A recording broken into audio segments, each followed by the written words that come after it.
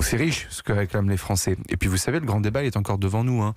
4000 réunions publiques en tout. Encore un demain. Ouais, le grand débat, c'est pas que les relations et les questions-réponses entre le président de la République et des Français. Demain, effectivement, on sera de nouveau en Saône-et-Loire, où le président de la République rencontrera des jeunes, toute la jeunesse de ce département, notamment en visitant et en déjeunant dans un EHPAD.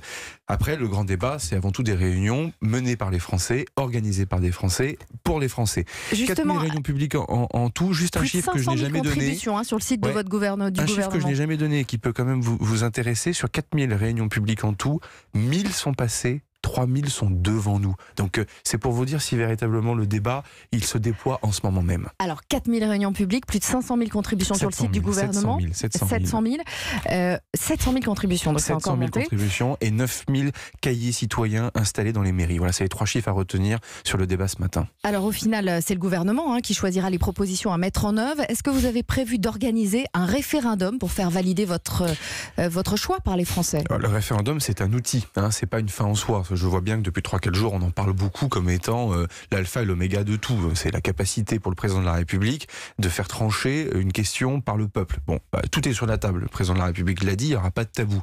Mais une fois de plus, on va attendre la fin du débat.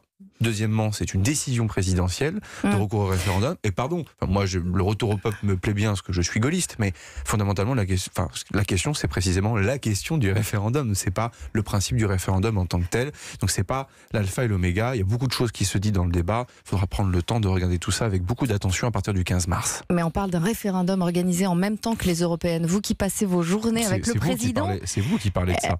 Vous qui passez vos journées avec le président. Est-ce que vous savez si sa décision est prise ? Non, cette décision n'est pas prise et je sais qu'il regardera tout ça avec beaucoup d'attention à la fin du débat. Je le redis, 4000 réunions publiques, 3000 sont devant nous. Laissons le temps du débat. Je sais l'impatience parfois des médias ou des hommes politiques ou des Français. Peut-être Non, je pense que les Français ont envie de débattre justement. Ils n'ont pas envie qu'on fasse la fin du débat et qu'on donne les résultats avant la fin. Ça, j'en suis persuadé.